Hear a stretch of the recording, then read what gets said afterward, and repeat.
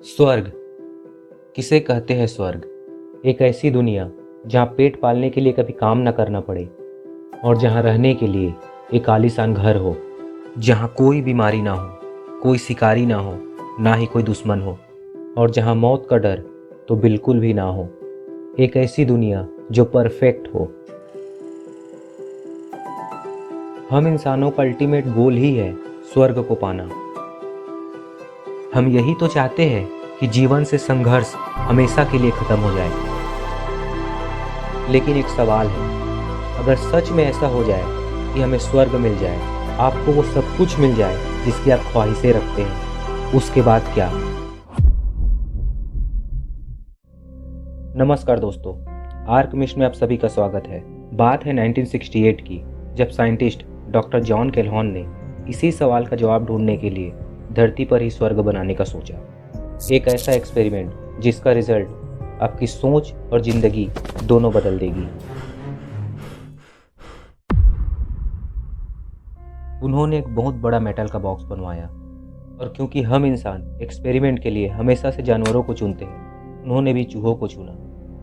था तो वो मेटल का बड़ा सा बॉक्स, पर उसके अंदर सुविधाएं सारी किसी 5 स्टार होटल के जैसी थी।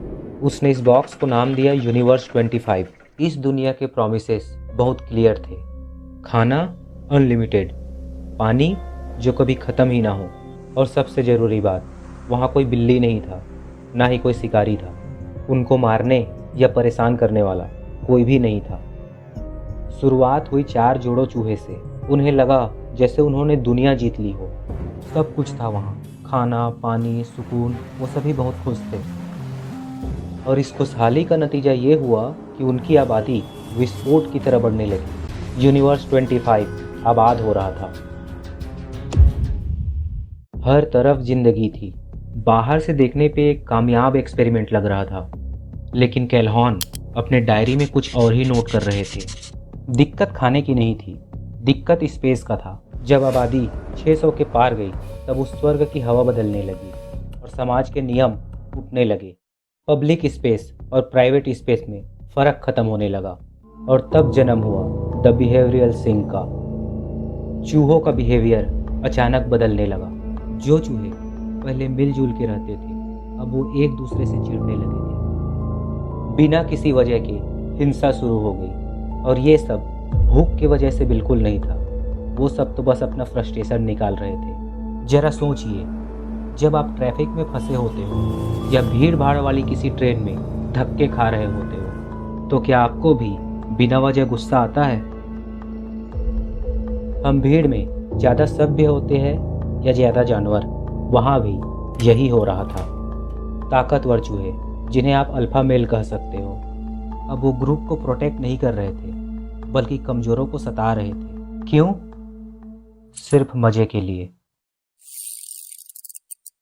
लेकिन हिंसा से भी ज़्यादा डरावना कुछ और था, रिश्तों का मर जाना। भीड़ से सबसे ज़्यादा तनाव माताओं को होने लगी थी। फीमेल चूहों ने अपने बच्चों को पालना बंद कर दिया था। कुदरत का सबसे मजबूत धागा, ममता, टूटने लगा था। फीमेल चूहे अपने बच्चों को दूध पिलाना भी भूल गए थे। वो बच्चों को घर से बाहर फेंकने लगे। सिचुएशन इतना ख़राब हो गया था कि कुछ चूहे बच्चों को ही खाने लगे थे,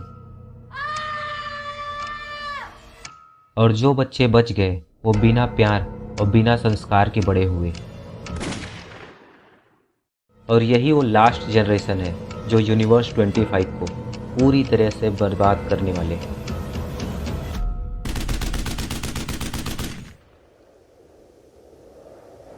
इस पागलपन और शोर शराबे के बीच एक बहुत ही अजीब ग्रुप था।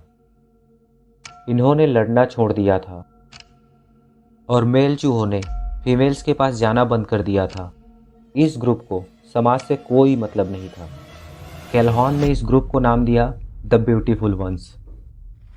इनका पूरा दिन बस 3 कामों में बीतता था: सोना, खाना और खुद की ग्रूमिंग करना। इनके शरीर पे घाव का एक भी निशान नहीं था। ये दिखने में बहुत परफेक्ट थे, लेकिन अंदर से इनकी आत्मा मर चुकी थी। जब जीवन से संघर्ष खत्म हो गया और साथी ढूंढने की मेहनत भी खत्म हो गई, तब इनका ब्रेन भी शट डाउन हो गया। भीड़ में रहकर भी ये पूरा ग्रुप अकेला था। उन्हें लगा वो पीस में है, पर वो पीस नहीं, हार थी जीवन से।